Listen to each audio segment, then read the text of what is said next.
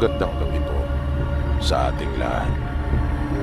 Bago natin pasimulan ang ating kwento, ay hayaan niyong batiin ko na kayo ng isang matiwasay at mapayapang gabi sa panig man kayo ng mundo naroon. At tulad po ng dati, ay hangat ko mong lagi na sana po'y nasa mabuti kayong kalagayan, ligtas sa anumang uri ng kapamakan at karamdaman.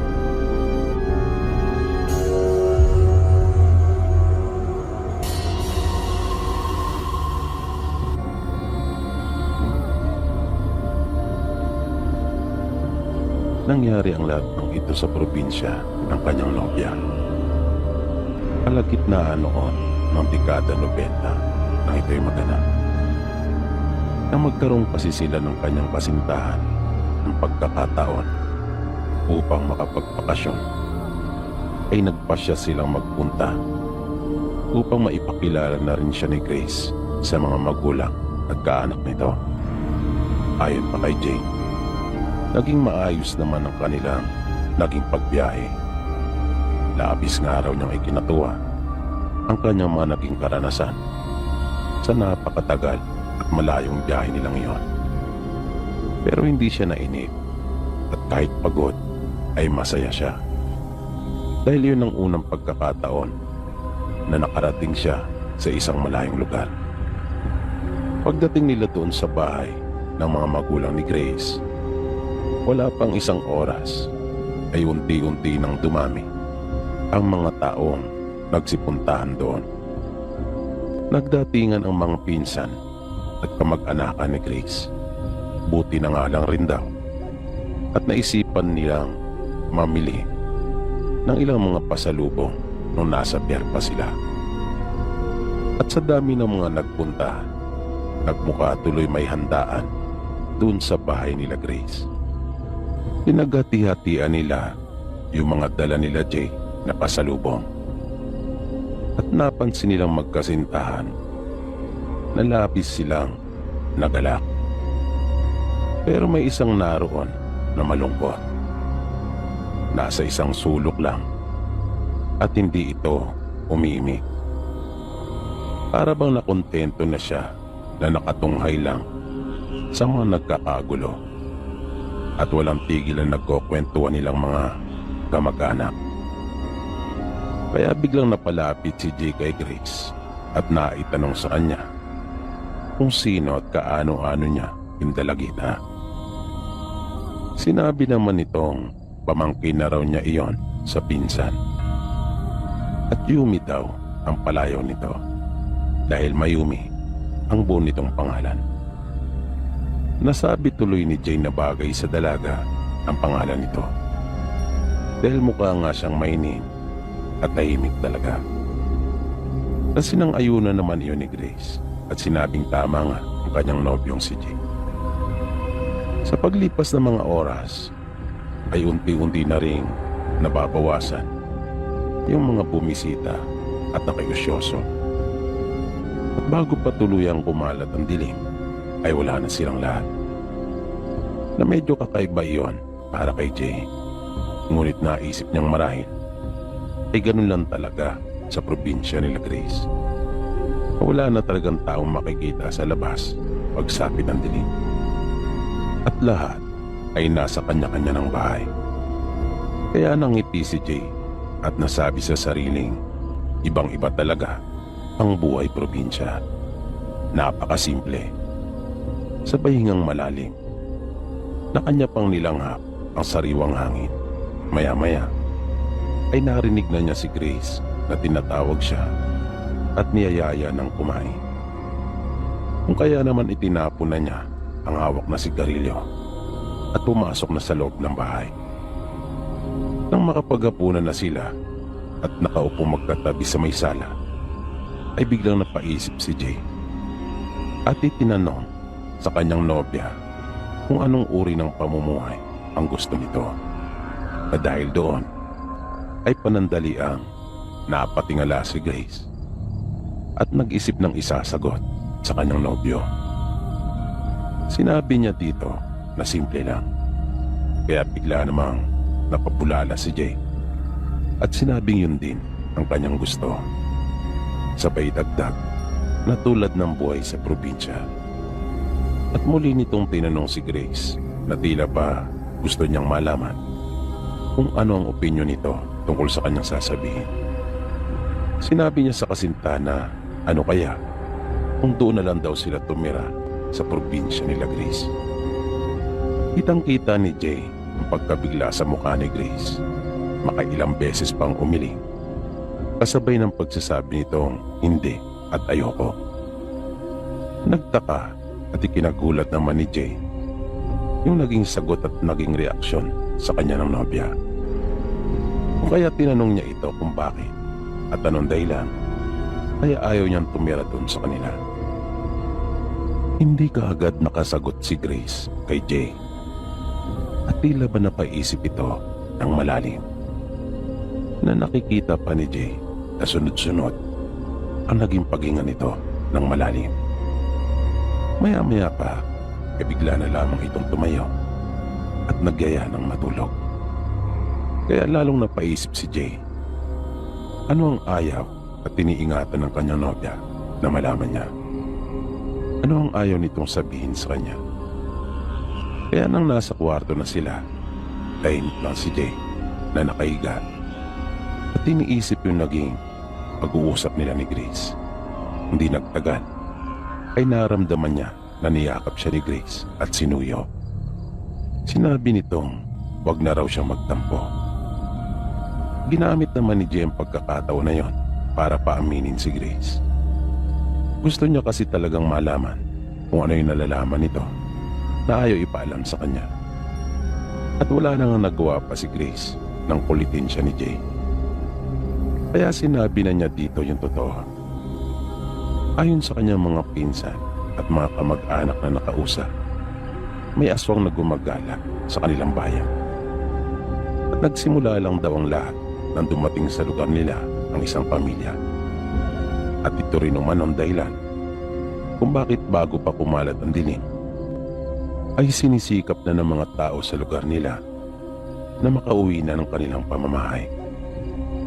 Pagpapatuloy pa ni Grace, 2 bata na ang nawawala. Mailan na rin ng mga buntis sa nayo nila ang basta na lamang nakunan. Nabase pa sa mga kwento. Bago yun mangyari sa mga buntis, ay nagiging aligaga sila. At talaga namang hindi sila mapakali. Para daw silang sinisilaban sa matinding init na kanilang nararamdaman. Ang ilan naman sa mga buntis ay may naaamoy umanong napakalansa at nagwawala ang kanilang mga alagang aso. At lahat sila ay nagigising na lamang ng madaling araw na dinugo na at wala ng kanilang mga sanggol sa sinapupunan. Tahimik at seryoso silang nag-uusap na dalawa. Ganadong-ganado si Grace sa pagkukwento kay Jay. Nang bigla na lang napagalpak ito ng tawa. Sabi ni Jay, hindi raw niya akalaing pati si Grace ay naniniwala pa rin pala sa mga aswang. Ang buong akala daw niya ay may dating nobyo si Grace na taga roon sa kanila at ito ang dahilan kung bakit ayaw nitong doon sila tumira.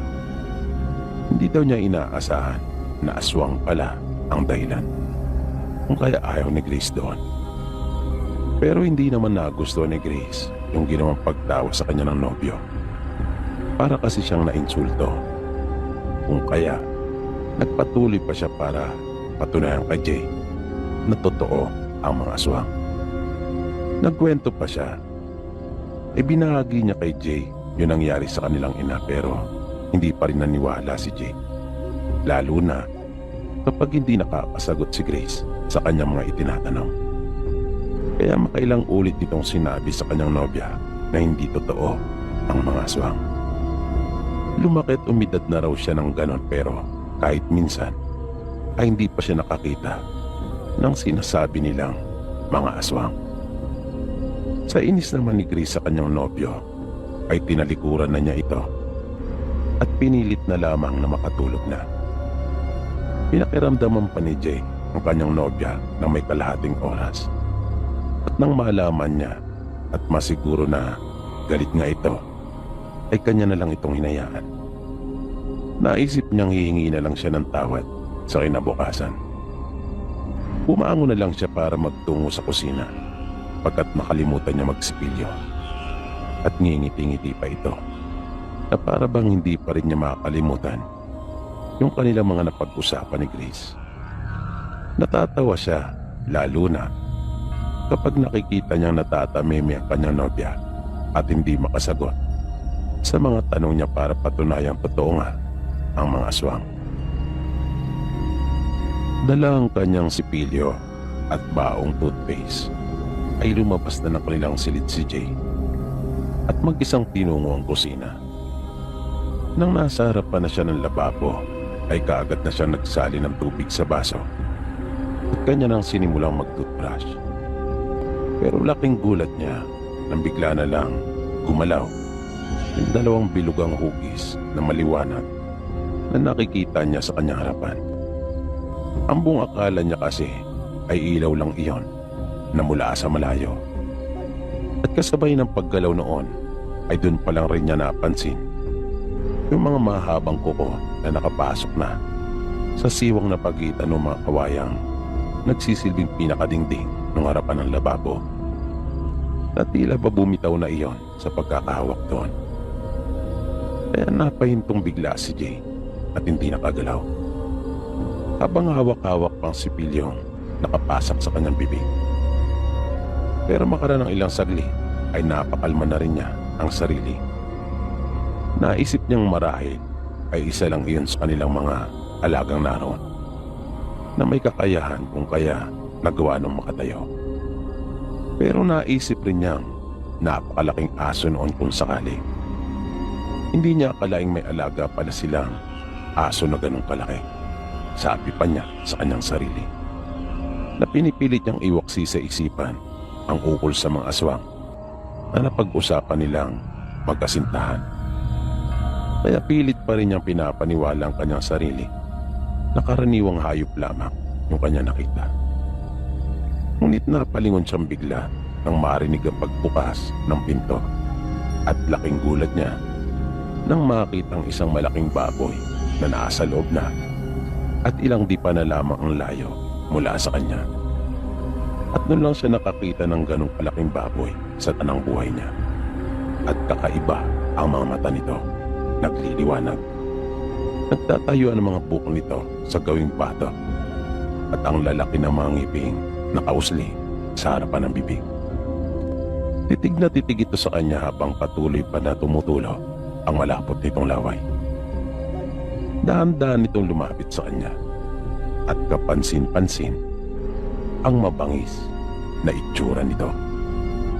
Na kahit ayaw pa rin niya sanang maniwala, kaya lang nararamdaman na niyang siya talaga ang pupuntiryahin nito.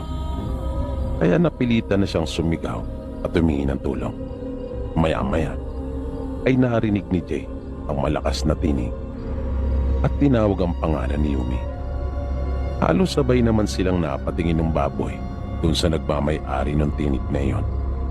Tatay na pala ni Grace. At naroon din sila ng nanay niya at mga kapatid. Matapos iyon ay mabilis nang umalis yung baboy. Ayaw pa rin sanang maniwala ni Jay pero sapat na yung kanyang mga naasaksiyan at narinig. At kung tama ang kanyang pagkakaunawa sa mga nangyari, ay aswang pala si Yumi.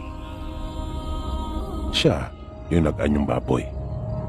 Pero mas lalo pang nagulat si Jay sa kanyang mga nalaman. Dahil bakit alam ng tatay ni Grace at ng buong pamilya nila ang ukol sa pagiging aswang ni Yumi. Dahil may lahing aswang din pala ang buong pamilya nila Grace. Ang totoo, buong ang kanila ay mga aswang. At yun din ang totoong dahilan kung bakit ayaw doon ni Grace manirahan. Ayaw niya kasing tanggapin at yakapin ang pagiging aswang. At napag-usapan na iyon ang kanilang pamilya. Naunawaan nila at iginalang ang pasya ni Grace. Pinayagan nila at ibinigay nila ang kalayaan dito. Kaya pumula noon ay naniwala na ako.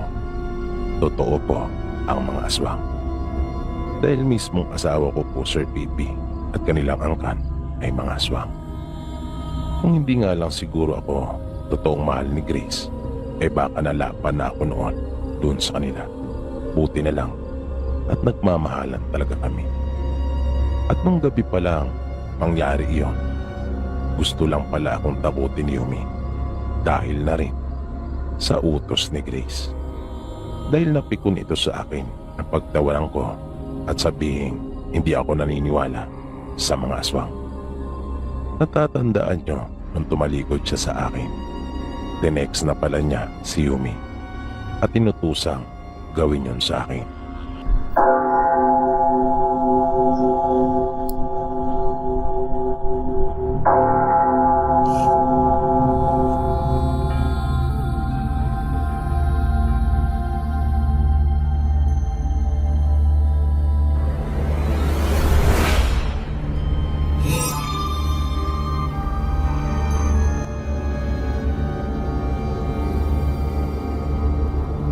May kababalagan po kong naranasan na hindi ko po talaga makakalimutan.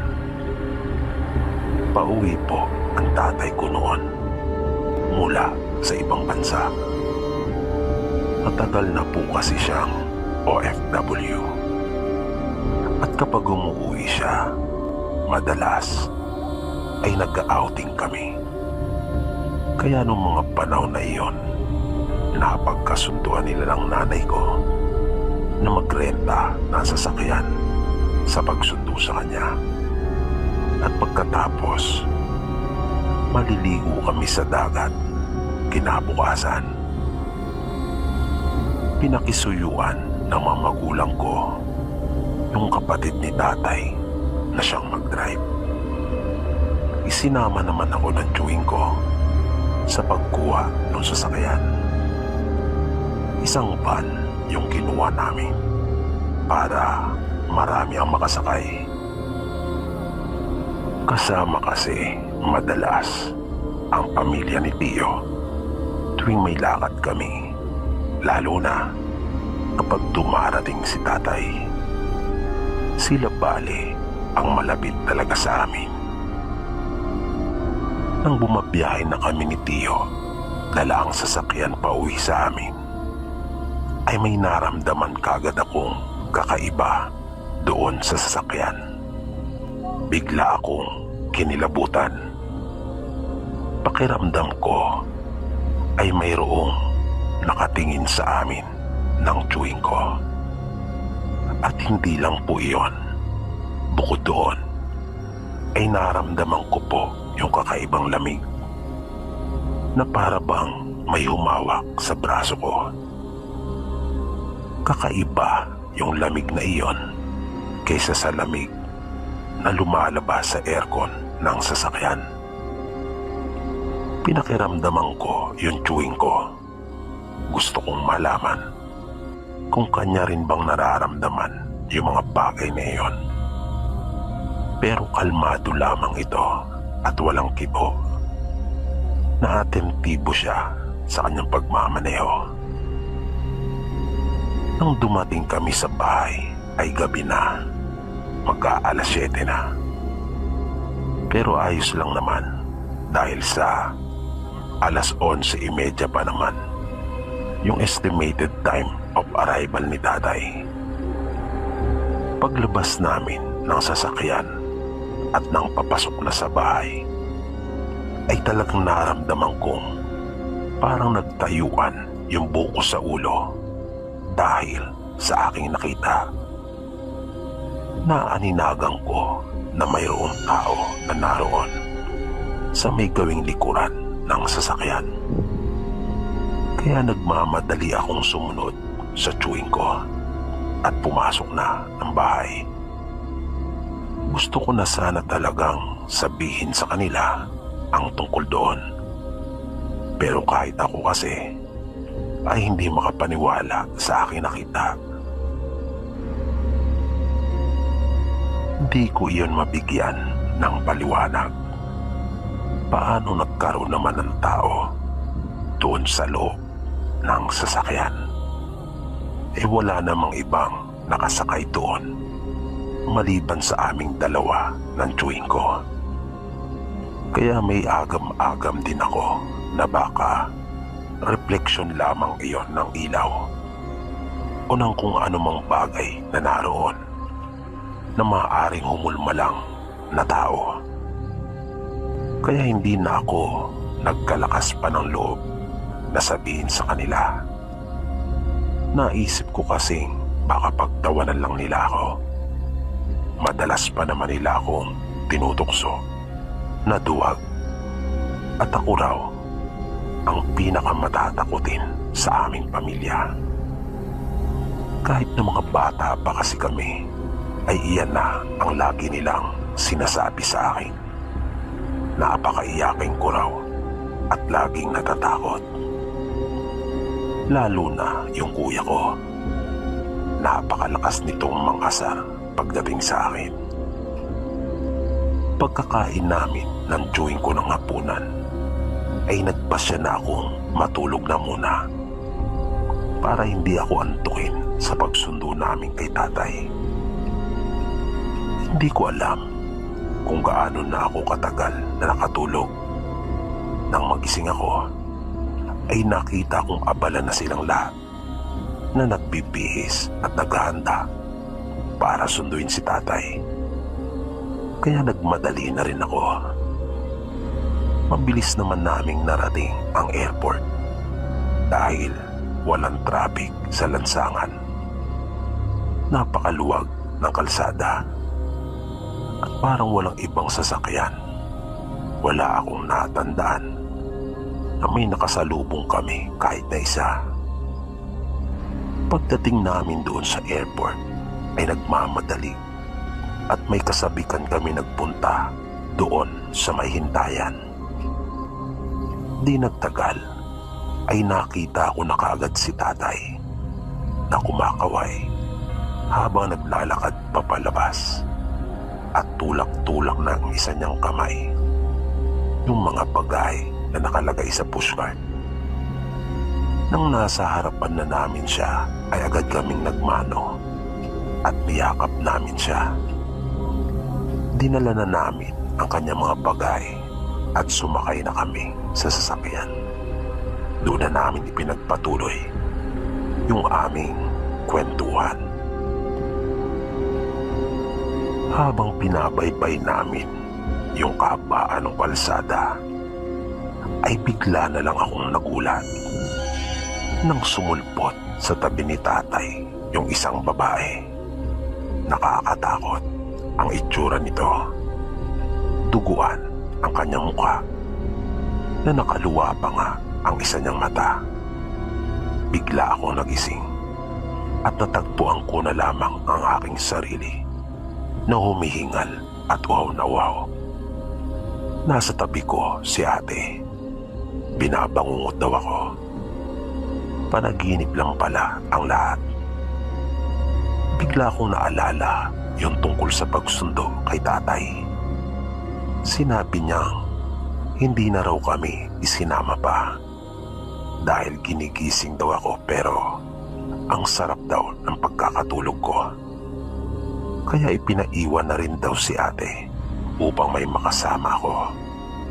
Tanging buntong hininga na lang ang naitugong ko kay ate. Nang hinayang ako sa pagkakataon na hindi man lang kami nakasama sa pagsundo sa tatay namin. Humingi din ako ng paumanhin kay ate.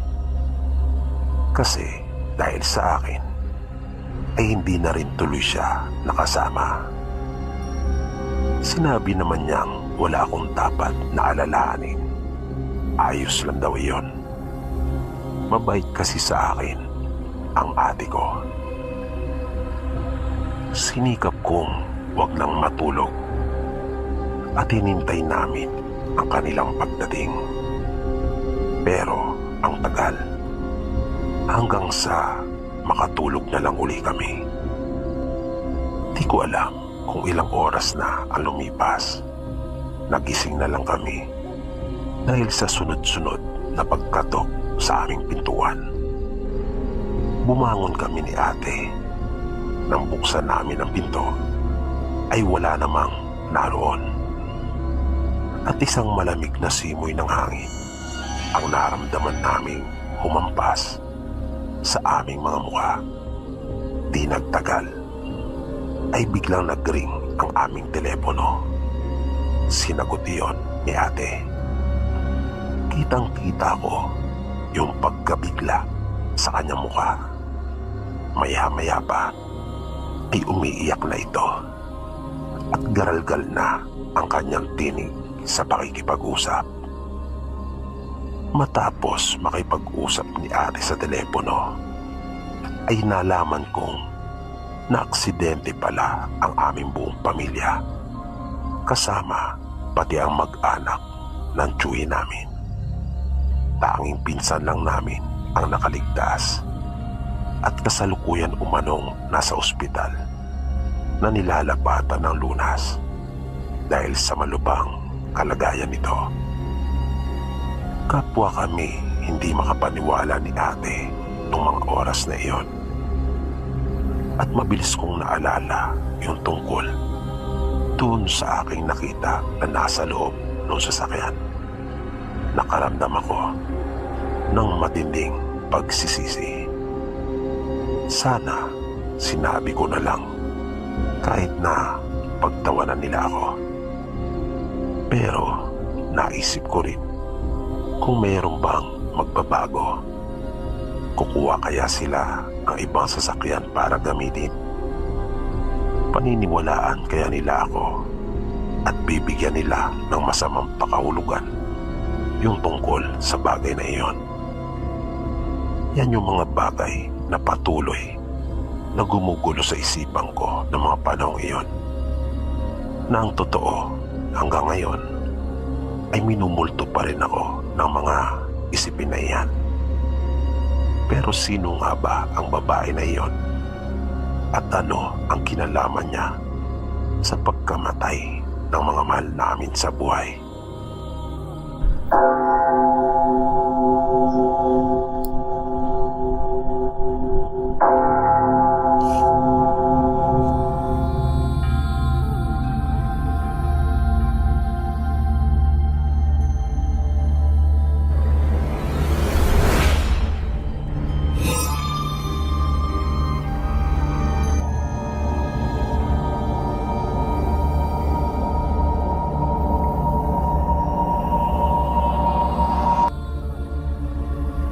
Magandang gabi po sa ating lahat. Bago natin pasimulan ang ating kwento, ay hayaan niyong batiin ko muna kayo ng isang matiwasay at mapayapang gabi sa panig man kayo ng mundo naroon. At tulad po ng dati, ay hangat ko pong lagi na sana po'y nasa mabuti kayong kalagayan, ligtas sa anumang uri ng kapamakan at karamdaman.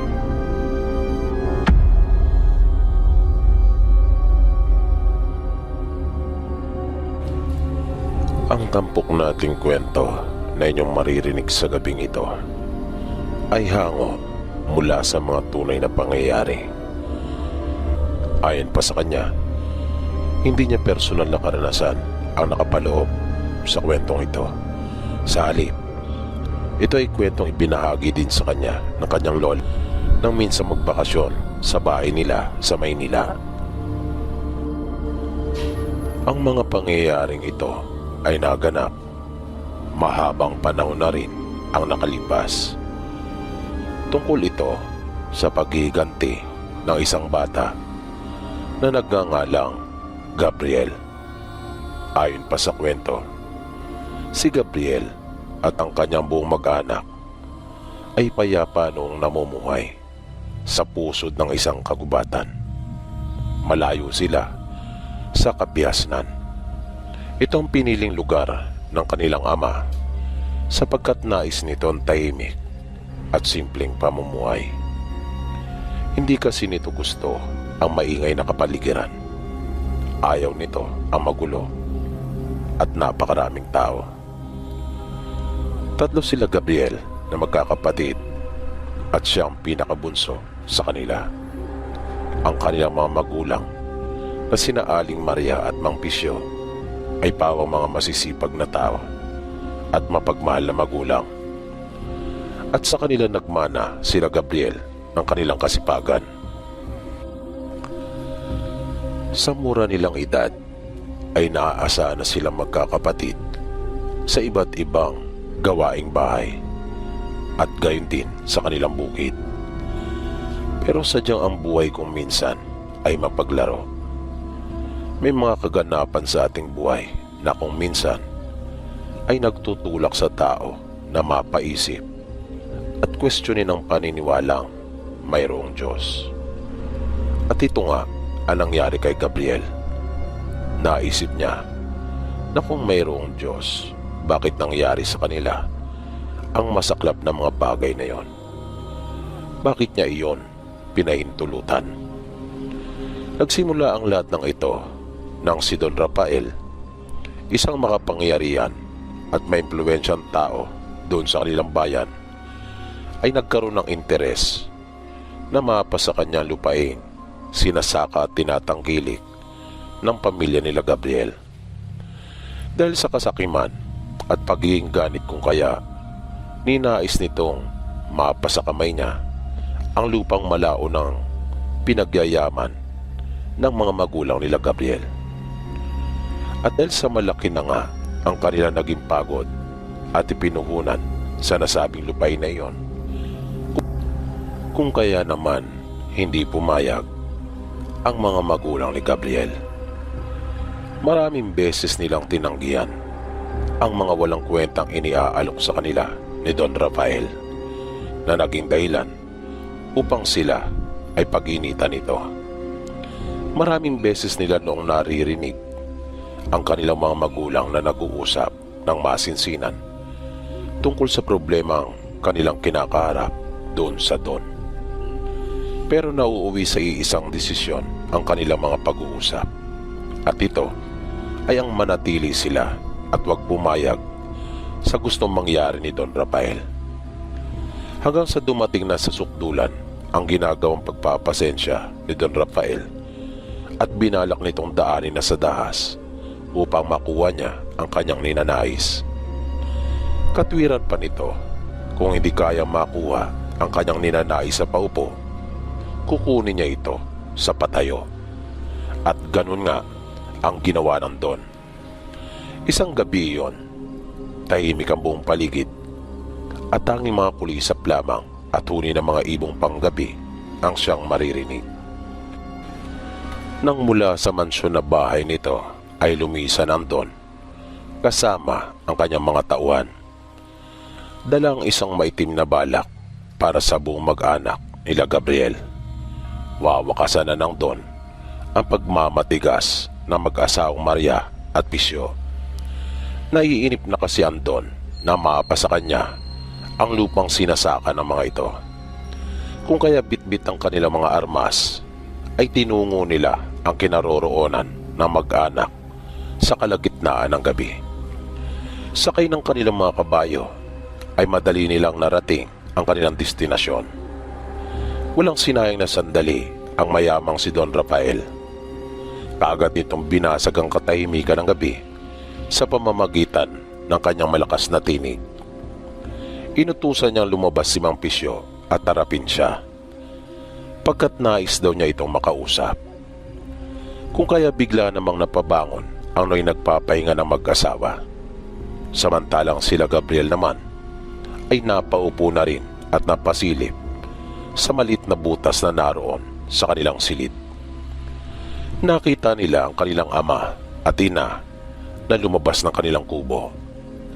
At bago pa nakapagsalita ang kanilang ama, ay magkakasunod na putok kaagad ang kanilang narinig na umalingaw-ngaw nang walang awang barilin ni Don Rafael ang kanilang ama at ina na para bang mga manok lamang. Napakabilis na mga pangyayari na ikinagulat talaga nila Gabriel. Mabilis na pinakilos ng magkapatid si Gabriel upang palihim na makalabas ng kanilang kubo. "Kailangan mo nang umalis, Gabriel. Kailangan mong makatakas," sabi ng ate at kuya niya, na ipinagtutulakan pa siya ng mga ito. "Pero paano kayo?" tugon ni Gabriel. "Kami nang bahala. Ang mahalaga ay makaalis ka na dito." Labag man sa kalooban ni Gabriel na iwan ang kanyang ate at kuya, ay wala na siya nagawa. At pagkalabas niya, ay siya namang pagpasok ng mga tauhan ni Don Rafael. Hinawakan nila sa buhok ang magkapatid at hinilang papalabas ng kanilang kubo. Kinaladkad sila ng mga ito at iniharap kay Don Rafael. Nakasalukuyang nakasakay pa rin sa kanyang kabayo. Nakita nila ang kanilang mga magulang na kapwa ng nakahandusay sa lupa at naliligo sa sarili nilang mga dugo.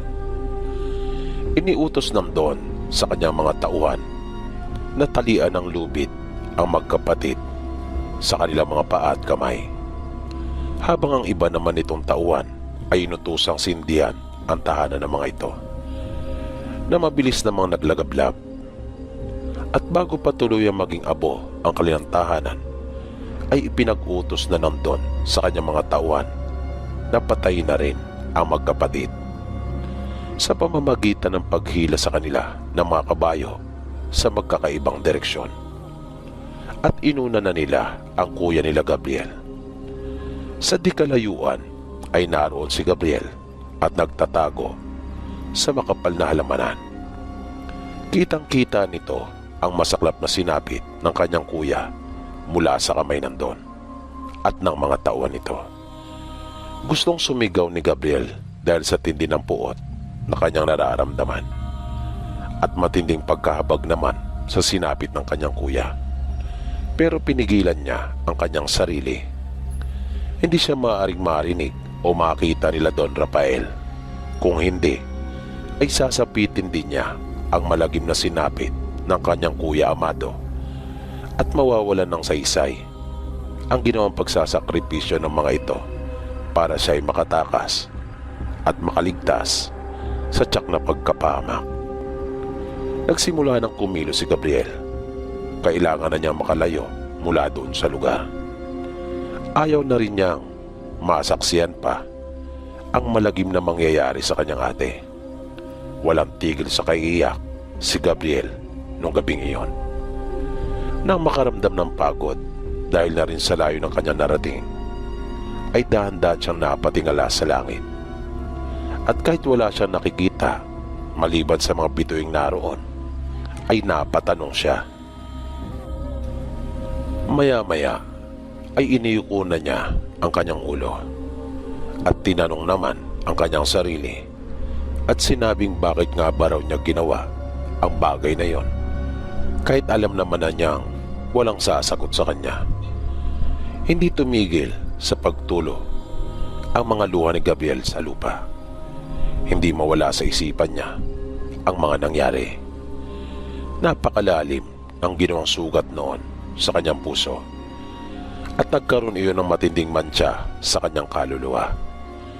Na alam niya sa kanyang sarili na habang buhay na niya iyong papasanin. Maya-maya pa ay napatiimbagang si Gabriel at naikuyom niya ng maigpit ang kanyang mga palad at sa mahinang tinig ay kanyang naibulalas ang mga katagang magbabayad sila.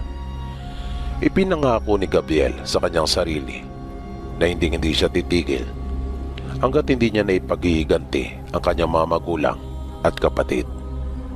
Hanggang sa nakatulugan na niya ang pag-iyak. Kinabukasan, nang magising siya ay tirik ng araw. Nasilaw siya sa matinding sikat nito at sa liwanag na tumatama sa kanyang mukha. Naupo siya at muli na naman niyang naisip yung masaklap na nangyari sa kanilang mag-anak noong nagdaang gabi. Naalala niya yung kwento na minsang ibinahagi ng kanilang ina sa kanilang magkakapatid. Tungkol ito sa isang matanda na namumuhay sa isang liblib na pook na nababalot umano at sinasaniban ng masamang espiritu. Kwento pa ng kanilang ina, ang matanda ay pinaniniwalaan ding isang aswang at nagtataglay ng mga di pangkaraniwang kakayahan at abilidad. Dala ng matinding pagnanasang makaganti, naisip ni Gabriel na hanapin ang matanda. Sumagi rin sa kanya nung una na hindi iyon isang magandang ideya, pero wala na siyang maisip na ibang paraan upang magkaroon ng hustisya ang pagkamatay ng kanyang mga magulang at kapatid. Kaya tumayo siya at sinimulang tahakin ang isang daan na hindi siya pamilyar. Namitas na lamang siya ng mga bunga na kanyang nadadaanan upang kahit papaano ay magkalaman naman ang kanyang sikmura. Hitik na hitik sa bunga ang mga punong bayabas na kanyang nadaanan. At may nakita rin siyang puno ng langka at papaya na parehong may bunga, kung kaya iyon ang kanyang kinain. Saglit lang siya nagpahinga matapos na makakain at nagpatuloy na muli sa kanyang paglalakad. Para siya naghahanap ng isang karayom sa tambak ng mga dayami. Walang kasiguraduhan kung magagawa nga niyang makaharap ang matanda o kung may katotohanan nga bang talaga ang ibinahaging kwento sa kanila ng kanilang ina. Magkaganon pa man ay hindi tumigil si Gabriel. Nagpatuloy siya sa paghahanap. Kahit pagod na ay kanya lang iyong binabaliwala. Determinado siyang makita ang matanda, pagkat iisa lang naman kasi ang laman ng kanyang isipan, at ito ay walang iba kundi ang makapaghiganti. Hindi nga nang hinawa si Gabriel sa paghahanap sa matanda. Hindi siya tumigil kahit pagod na siya. Pinagpatuloy pa rin niya ang paghahanap doon sa matanda. Pero hindi rin niya maikakaila ang matinding takot na kanyang nararamdaman. Dahil sa nasabing matanda ay nalulukuban ng masamang espiritu at pinaniniwalaan ding isang aswang. Isang malupit na aswang na hayok sa sariwang karne at dugo ng tao. Pero kahit ganon, ang kanyang nararamdaman ay nangingibabaw pa rin kay Gabriel ang kagustuhan niyang makapaghiganti. Pero sadyang may limitasyon ang kakayahan at kayang ibigay ng tao. Bagaman iba ang sinasabi ng kanyang isipan, ay hindi naman na makaya pa ng kanyang katawan. Kung kaya napilitan siyang tumigil sandali upang magpahinga. Naupo siya sa paanan ng isang malaking puno. Pawisan at umihingal si Gabriel. Pakiramdam niya ay parang nanuyo na rin ang kanyang lalamunan. Kaya nagpalingalinga siya hanggang makakita siya ng isang puno ng nyog na naroon. Nag-iisa lamang iyon na naroon sa lugar. At sa kabutihang palad, pagtingala niya ay nakita niyang mayroon iyong bunga. Kaya wala nang sinayang panasandali si Gabriel at nagmamadali niyang inakyat ang puno. Pagdating niya sa itaas, ay sabik na sabik niyang pinilipit ang isang bunga noon. At nang bumagsak, ay nagmamadali na rin siyang bumaba. At kanya iyong iniampas sa puno upang mabiyak at ininom niya ang sabaw. Habol-habol niya ang kanyang hininga nang maubos niya ang laman. Sa wakas at napatid na rin ang kanyang pagkauwaw. Pero hindi napawi ang puot na nararamdaman niya. Paulit-ulit kasing bumabalik sa isipan niya yung mga nangyari sa kanyang mag-anak. Lalong-lalo na yung masaklap na sinapit ng kanyang kuya. Kaya tumayo na siya at nagpatuloy sa paghahanap. Suntok sa buwan ang ginagawa niyang iyon, pero hindi pa rin siya nawalan ng pag-asa. Sa tuwing may isip niya sila, ay iyon ang nagbibigay ng lakas ng loob at dahilan para siya ay magpatuloy. Makalipas ang ilang minutong paglalakad, ay bigla na lang nagdilim ang buong kapaligiran at umihip ang malakas na hangin. Kung kaya napatigil bigla si Gabriel at pinagmasdan ang kanyang paligid. Nagtaka siya kung anong nangyayari. Bakit biglang nagbago ang kaniya'y maaliwalas na paligid? Kinabahan si Gabriel. Maya-maya pa ay may bigla siyang naaninagan sa di kalayuan. May tao na ibulalas niya. Nakasuot iyon ng napakaputing damit. At dahil sa madilim nga ang buong kapaligiran, kung kaya naman angat na angat ang puting kulay ng suot noon. At habang iyon ay papalapit, napansin rin niya ang mahabang buhok noon na nakalugay. At nagulat siya pagkat sayad na iyon sa lupa. Sa buong buhay niya kasi ay noon lamang siya nakakita ng buhok ng isang tao na ganun kahaba. Napansin din niya ang maamo at magandang mukha ng babae. Pero sa isang iglap ay bigla naman iyong nagbago. Mula sa bata nitong anyo ay naging isang matanda na kulubot na ang balat.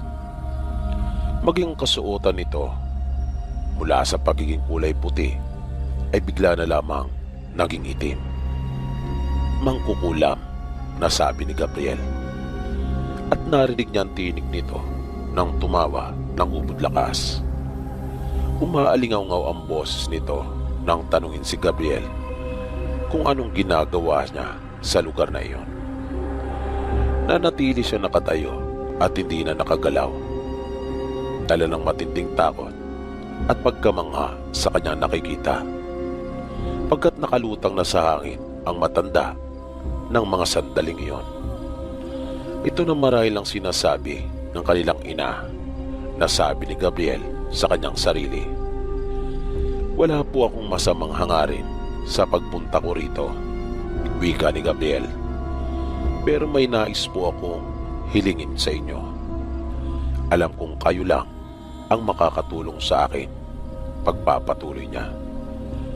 Tumawang muli ang matanda ng nakakaloko at sinabing paano naman daw nalaman ni Gabriel na tutulungan siya nito. Sinabi pa ng matanda na iniiwasan at kinakatakutan ng mga tao ang bahagi na iyon ng kagubatan. Alam ko po, mabilis na tugon naman ni Gabriel. Eh bakit nagtungo ka pa rin dito? Tanong muli sa kanya ng matanda. Wala na po kasi akong ibang mapupuntahan. Pinatay po nila ang mga magulang at kapatid ko. Naikwento sa amin dati ni nanay ang tungkol po sa inyo. Kung kaya, nagbakasakali po ako. Sino ang nanay na tinutukoy mo, bata? Tanong muli sa kanya ng matanda. Si Maria po. Maria, pag-uulit ng matanda. Opo, Maria po na asawa ni Bisyo. Bisyo po ang palayaw ng tatay namin. Biglang natigilan ng matanda at tila ba nagkaroon ito ng interes na pakinggan pa ang mga sasabihin ni Gabriel. Gusto ko pong magiganti. Walang awa po kasi nila silang pinatay. Umiyak na pahayag ni Gabriel. At magagawa ko lang po iyon kung tutulungan niyo po ako. Ano naman ang kapalit? Tanong sa kanya ng matanda. Kahit ano po. Kahit buhay ko pa po ang maging kapalit. Kahit ano pong ipagawa niyo sa akin ay gagawin ko. Basta tulungan niyo lang po ako. Kailangan ko pong lumakas at magkaroon ng mga pambihirang kakayahan, sabi niya sa matanda. Kulang, tugon sa kanya nito. Nakukulangan ako sa mga sinabi mo. Kailangan ko, pati ang iyong kaluluwa. Nanlilisig pa ang mga mata na pahayag ng matanda. Opo, kahit po kaluluwa ko, ay akin pong ibibigay. Tulungan niyo lang po ako. Mabilis na sagot ni Gabriel sa matanda. Kung kainin lang kaya kita? Biglang sabi nito. Huwag po ngayon, maagap na tugon ni Gabriel. Hayaan niyo po muna akong makapagiganti at pagkatapos ay pwede niyo na pong gawin ang lahat sa akin. Panandaliang napaisip ang matanda. Maya-maya ay tinitigan nito si Gabriel na halos hindi makatingin sa di malamang dahilan kung natatakot ba ito o nahihiya. Sige, biglang sabi ng matanda, pagbibigyan kita. Pagbibigyan ko ang hiling mo. Pero sa oras na maisagawa mo na ang iyong paghiganti ay aking ka na. Gagawin ko ng lahat ng maibigan ko sa iyo. Malinaw. Pagkukumpirma pa ng matanda. Opo, sagot ni Gabriel. Pero bigla na lang siyang nakaramdam ng panghihina at pagkahilo. Umikot bigla ang kanyang paligid at bumagsak si Gabriel sa lupa. At iyon ang uli niyang natandaan. Nang magising siya, ay naroon na siya sa loob ng isang yungib. May kadiliman ang paligid, pagkat nag-iisa lamang sulo na nakasindi. Nang gumalaw siya, ay biglang napahawak si Gabriel sa kanyang ulo, pagkat mabigat ang kanyang pakiramdam. Nagising ka na pala, sabi ng matanda, at nakita niyang papalapit na ito sa kanya. Huwag kang mag-alala. Kahit ganito ako, ay mayroon akong isang salita. Marunong akong tumupad sa aking pangako. Anumang salita na binibitiwan ko, ay sinisiguro kong aking tutuparin. At hindi lahat ng mga narinig mo tungkol sa akin ay totoo. Maaaring may dagdag, at pagkaminsan naman ay may bawas. Ito, kumain ka muna. At tiniabot ng matanda ang isang plato na yari sa lata na may lamang pagkain. Ubusin mo yan. Kailangan mong kainin lahat ng yan para mabilis na manumbalik ang iyong sigla at lakas. At bukas na bukas rin ay magsisimula na tayo. Pero nang sumubo si Gabriel ay napangiwi siya at nais niya iyong iluwa. Biglang napatingin naman ang matanda sa kanya at sinabing, "Huwag mong sabihin na hindi ako masarap magluto." Sa nauutal na tinig ay sinabi ni Gabriel na masarap iyon at pinilit na lamang niyang lunukin. Sige, subo pa. Tuloy-tuloy para mabilis ang iyong paggaling. At tumalikod na ang matanda. Habang kumakain ay hindi mapigilan ni Gabriel ang mapaisip. Maya-maya pa ay umahalo ng kanyang luha sa kinakain. Naalala niyang muli ang kanyang mga magulang at kapatid. Pero kasabay noon ay naisip din niya ang gagawing paghihiganti. Punong-puno si Gabriel ng pag-asa na may sasagawa na niya ang kanyang binabalak. Lalo na at natagpuan na niyang matanda at napapayag sa gusto niyang mangyari. Kaya binilisan niya ang pagkain. Binaliwala niya ang di kaaya-ayang lasa noon. Nasabi pa niya na mas mapait pa sa kanyang kinakain ang sasapitin ni Don Rafael at ng mga tauhan nito sa kanyang gagawin. Inilapag ni Gabriel ang plato sa lamisetang katabi ng kanyang hinihigaan. Pinahid niyang kanyang luha at muli siyang nahiga. Kailangan pa niyang magpahinga, naisip niya, dahil bukas ay magsisimula na sila. Kung kaya kailangan niyang ihanda ang kanyang sarili. Madaling nakatulog si Gabriel. Mabilis na lumipas ang oras. Paggabi na, nang muli siyang magising. At nagulat pa siya nang makita niyang matanda na nakatayo sa tabi ng kanyang higaan. Buti naman at gising ka na. Nais kong bantayan mo ang lugar na ito at huwag kang matutulog pagkat aalis ako, sabi ng matanda kay Gabriel. Opo, magalang naman yung tugon dito. Sige, kumain ka na sabi ng matanda sa kanya. Kaya bumangon na si Gabriel at naupo. Kinuha niya yung pinggan na naglalaman ng kanyang pagkain at nagsimula ng sumubo. Bigla siyang nanibago sa lasa noon. Di hamak kasi na mas masarap yun kaysa sa naunang ipinakain sa kanya ng matanda. At mabilis niya iyong naubos. Pagkalapag niya sa pinggan ay tumayo si Gabriel at nagtungo doon sa pinakabukanan ng yungib. Madilim na ang paligid. Napaisip siya sa kung saan kaya nagtungo ang matanda. Pero naalala niya ang binili nito, kung kaya naupo siya at nagbantay doon sa pinakabibig ng yungib na yon.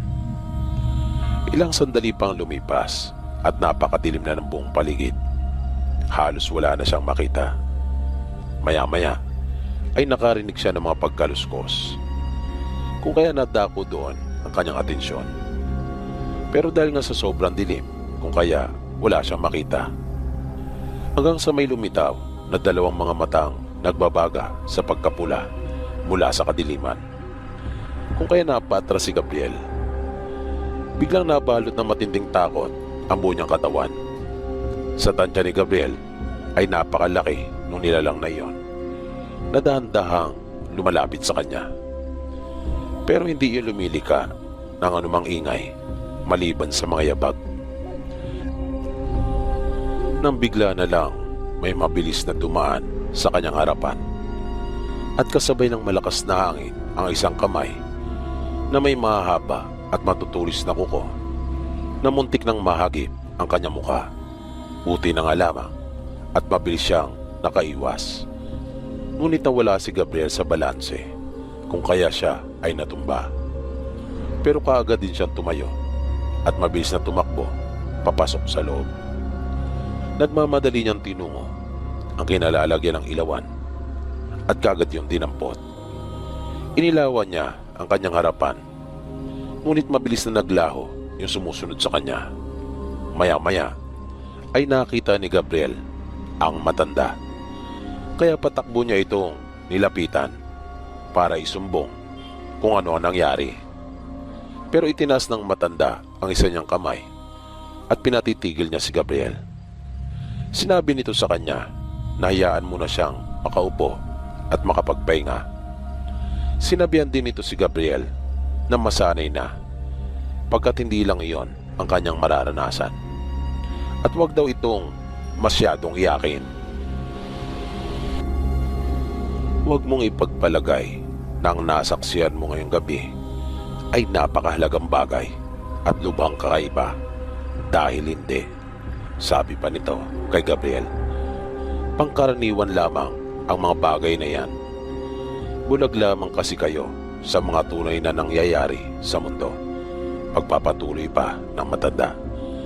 Kung kaya nagtaka si Gabriel sa sinabi ng matanda, nahiwagaan siya sa mga pananalitang binitiwan nito. O ito, kumain kang muli. At nang upang sa ganon ay makapagpahinga ka na. Dahil maaga pa tayo magsisimula bukas. At ibinato ng matanda kay Gabriel ang isang supot na naglalaman ng pagkain. Salamat po, wika ni Gabriel sa matanda. Ikinumpas lang naman ito ang kanyang isang kamay na tila ba sinasabing walang anuman iyon at kumain na siya.